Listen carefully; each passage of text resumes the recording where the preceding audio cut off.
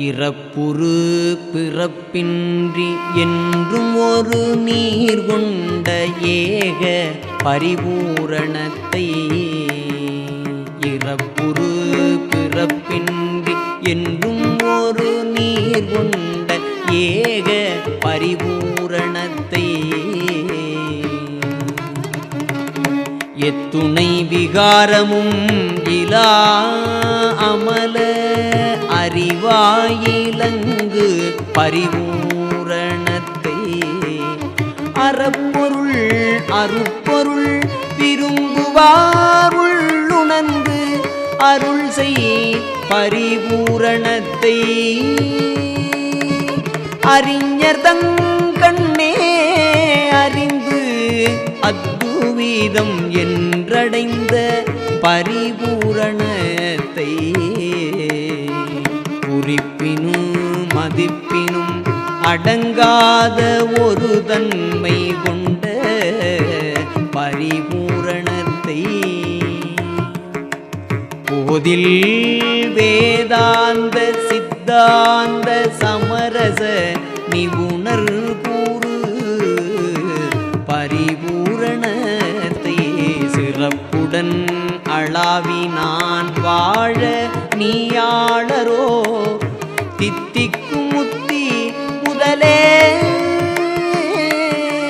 தெள்ளறிவனும் சலதி பொங்கும் உள்ளூரில் வளர் சிவசுப்பிரமணிய தேவே.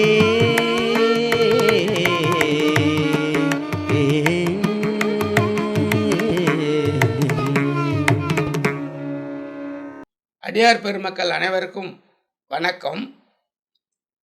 உள்ளூர் சிவசுப்பிரமணிய சதகம் என்கிற பகுதியின் பதி இலக்கணத்தில் இறுதியாக 20வதாக வருகிறது. தத்துவமசி பயிற்சி பாதையில் பதி என்கிற இடத்திலே நாம் இறுதி இடத்திலே வருகிறோம். ஆன்மாவின் யாத்திரை என்னும் தலைப்பிலே இதை நாம் நமது ஆன்மா இறைவனை உபாசிக்கிறது. இதுதான் இதனுடைய முக்கியமான விஷயம். இப்போ பரிபூரணம்னு ஒன்று இருக்கு. பரிபூர்ணத்தை தன்மை, அந்த பரிபூர்ண தன்மையை ஜீவான்மா பரமான்மா கிட்ட பரிபூர்ணத்தை விரும்புகிறது.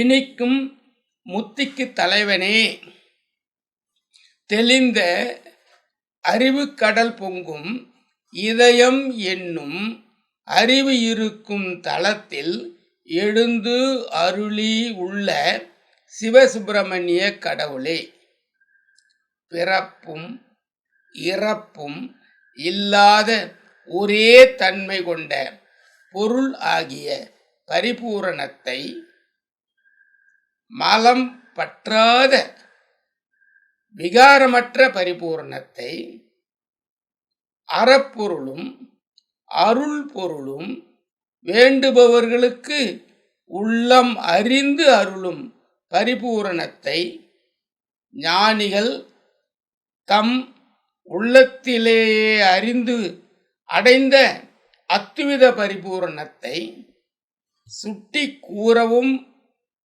கருதவும் அடங்காத பரிபூரணத்தை குற்றமற்ற வேதாந்த சித்தாந்த சமரசம் உணர்ந்த ஞானிகள் கூறும் பரிபூரணத்தை கலந்து நான் வாழும்படி என்னை ஆட்கொள்வாயாக.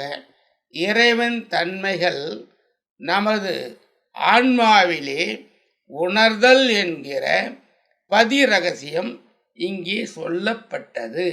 20வது பகுதி விளக்கம் நிறைவு பெறுகிறது.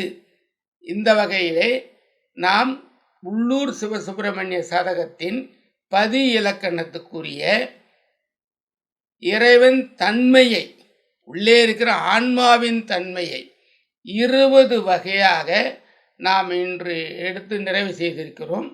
அடுத்தது பசு என்கிற இலக்கணத்தை பார்ப்போம். வணக்கம்.